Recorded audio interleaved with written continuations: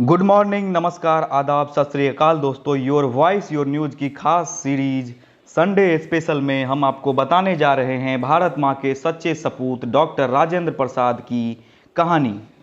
कैसे राजेंद्र बाबू जिंदगी के कई पड़ावों को पार करते हुए संविधान सभा के अध्यक्ष से लेकर राष्ट्रपति की कुर्सी तक पहुंचे। तो चलिए खंगालते हैं इतिहास के उन पन्नों को जहां से इस कहानी की शुरुआत होती है। सिवान बिहार का वो शहर जिसने 1857 की क्रांति में अहम भूमिका निभाई थी। यहाँ के जीरादेई गांव की मिट्टी में भारत माँ के सच्चे सपूत का जन्म हुआ। तारीख थी 3 दिसंबर और साल था 1884। संस्कृत और फारसी भाषाओं के प्रखंड विद्वान महादेव सहाय श्रीवास्तव और कमलेश्वरी देवी के घर एक लड़के का हुआ जन्म। माता पिता ने नाम रखा राजेंद्र प्रसाद। अपने एक भाई और 3 बहनों में सबसे छोटे उस वक्त कोई यह सोच भी नहीं सकता था कि सिवान की मिट्टी से निकला ये लड़का एक दिन न सिर्फ भारत की संविधान सभा का अध्यक्ष होगा बल्कि देश का पहला राष्ट्रपति भी बनेगा। राजेंद्र बाबू के जीवन में काफ़ी उतार चढ़ाव भी आए। बचपन से माँ से रामायण और महाभारत की कहानी सुनकर बड़े हुए राजेंद्र बाबू के जीवन का एक किस्सा भी काफ़ी मशहूर है। राजेंद्र बाबू के पिता को पेड़ से काफ़ी प्यार था।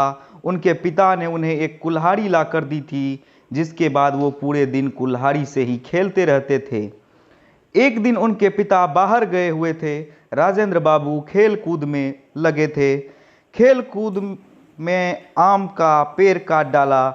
शाम को जब पिताजी घर लौटते हैं तो पेड़ को कटा हुआ देख उनके गुस्से का पारा 7वें आसमान पर पहुंच गया।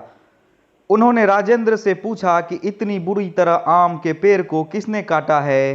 पिता का यह रौद्र रूप देखकर राजेंद्र बाबू डर जाते हैं और सोचते हैं कि सच बोलूँगा तो पिताजी से सज़ा मिलेगी, झूठ बोलने पर बचा जा सकता है। लेकिन फिर खुद को धिक्कारते हुए सोचा, झूठ बोलने से सज़ा तो नहीं मिलेगी, लेकिन झूठ बोलना भी गलत है। अंततः राजेंद्र बाबू डरते डरते बोले, मैंने काटा है इस पेड़ को। इतना सुनते ही उनके पिता खुश हो गए। वे जानते थे कि पेड़ को उनके बेटे ने ही काटा है। वो तो बस बेटे की ईमानदारी को परख रहे थे। बेटे के सिर पर प्यार से हाथ रखकर बोले, आज तुमने सच बोलकर मेरा दिल जीत लिया। मुझे लगा था कि तुम झूठ बोलोगे, लेकिन तुमने सच को स्वीकार किया। तुमने आज जो नुकसान किया उसके लिए मैं तुम्हें सजा तो नहीं दूंगा, लेकिन यह जरूर कहूँगा कि जीवन में कभी झूठ मत बोलना। पिता की यह बात राजेंद्र बाबू ताउम्र नहीं भूले। बचपन में राजेंद्र बाबू ने एक मौलवी से भी तालीम ली थी। उनके पिता चाहते थे कि बेटा हिंदी, फारसी और अंकगणित सीखे। प्रारंभिक शिक्षा पूरी होने के बाद राजेंद्र बाबू छपरा जिला स्कूल चले गए। जून 1986 आया तो मात्र 12 साल की उम्र में राजवंशी देवी से शादी हो गई। लेकिन बचपन से होशियार राजेंद्र बाबू की पढ़ने लिखने की ललक वक्त के साथ बढ़ती चली गई। अपने भाई महेंद्र प्रसाद का हाथ थामकर वह 2 साल के लिए पटना के टीके घोष अकादमी चले गए। इसके बाद कलकत्ता यूनिवर्सिटी की एंट्रेंस एग्जाम में अव्वल आए और 30 रुपये प्रति माह की स्कॉलरशिप पाई। साल 1902 में प्रेसिडेंसी कॉलेज के साइंस स्ट्रीम में दाखिला लिया और फर्स्ट डिवीजन से ग्रेजुएट हुए। उनकी काबिलियत को देखकर यूनिवर्सिटी के प्रोफेसर्स भी हैरान रह गए थे। उनके एग्जाम पेपर चेक करने वाले एक प्रोफेसर ने उनकी आंसर शीट पर लिखा था, परीक्षार्थी परीक्षक से बेहतर है। इसका मतलब परीक्षा देने वाला परीक्षा लेने वाले से बेहतर है। उसके बाद राजेंद्र प्रसाद ने तय किया कि वह आर्ट्स पर फोकस करेंगे। उन्होंने कलकत्ता यूनिवर्सिटी से इकोनॉमिक्स में एमए किया था। तब ईडन हिंदू छात्रावास में रहते थे। पढ़ाई लिखाई में अव्वल होने के साथ साथ वह काफ़ी मुखर थे। द डॉन सोसाइटी के एक्टिव मेंबर थे। राजेंद्र बाबू को अपने परिवार और पढ़ाई दोनों से बेहद लगाव था। इसी भावना के कारण उन्हें सर्वेंट्स ऑफ इंडिया सोसाइटी में शामिल होने से इनकार कर दिया था।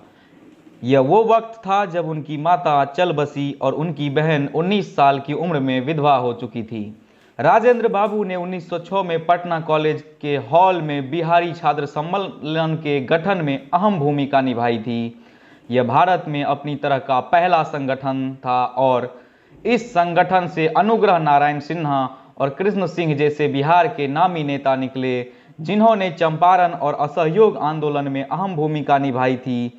ये वक्त आते आते राजेंद्र बाबू की ख्याति दूर दूर तक फैल चुकी थी।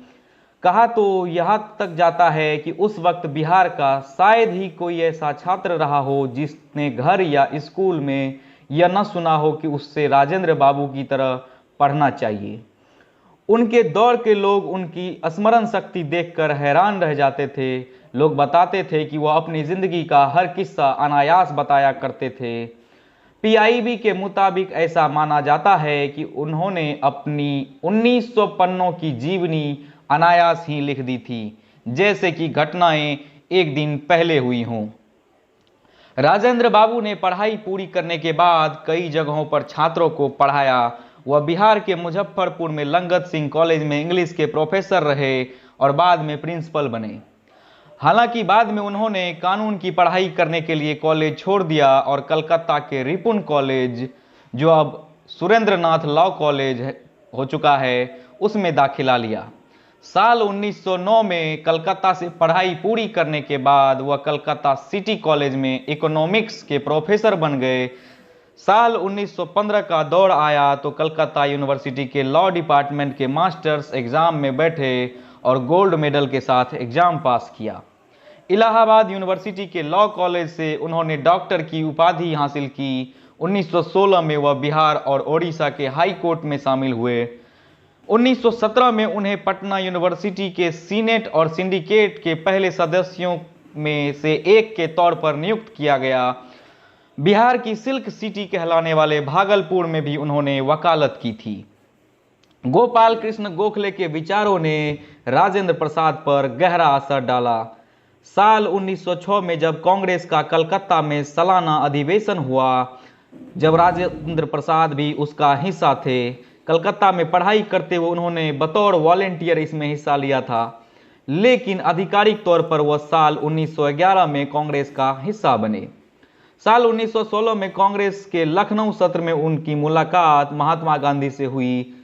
चंपारण में फैक्ट फाइंडिंग मिशन के वक्त गांधी ने राजेंद्र बाबू से अपनी वॉलेंटियर्स के साथ आने को कहा। वह बापू से इतने प्रभावित हुए कि जैसे ही कांग्रेस ने 1920 में असहयोग आंदोलन का प्रस्ताव पास किया, उन्होंने वकालत छोड़ दी। स्वतंत्रता संग्राम के दौरान वह कई बार जेल गए। उन्हें नमक सत्याग्रह और भारत छोड़ो आंदोलन के वक्त गिरफ्तार कर लिया गया था। साल 1934 में कांग्रेस की कमान राजेंद्र बाबू के हाथों में आई, जब सुभाष चंद्र बोस ने 1939 में इस्तीफा दिया। तब वह दोबारा अध्यक्ष बने, जब 2 सितंबर 1946 को जवाहरलाल नेहरू की अगुवाई में अंतरिम सरकार बनी तो राजेंद्र बाबू को खाद्य और कृषि विभाग दिया गया। इसके बाद 1946 में संविधान सभा के अध्यक्ष भी राजेंद्र बाबू चुने गए। 17 नवंबर 1947 को राजेंद्र बाबू उस वक्त तीसरी बार कांग्रेस अध्यक्ष बने, जब जेपी कृपलानी ने इस्तीफा दे दिया था। 26 जनवरी 1950 को देश का संविधान लागू हुआ और राजेंद्र प्रसाद को पहला राष्ट्रपति चुना गया। लेकिन दुर्भाग्यवश एक दिन पहले 25 जनवरी 1950 को उनकी बहन भगवती देवी का देहांत हो गया। घर में बहन का पार्थिव शरीर था और अगली सुबह उन्हें परेड की सलामी लेने जाना था।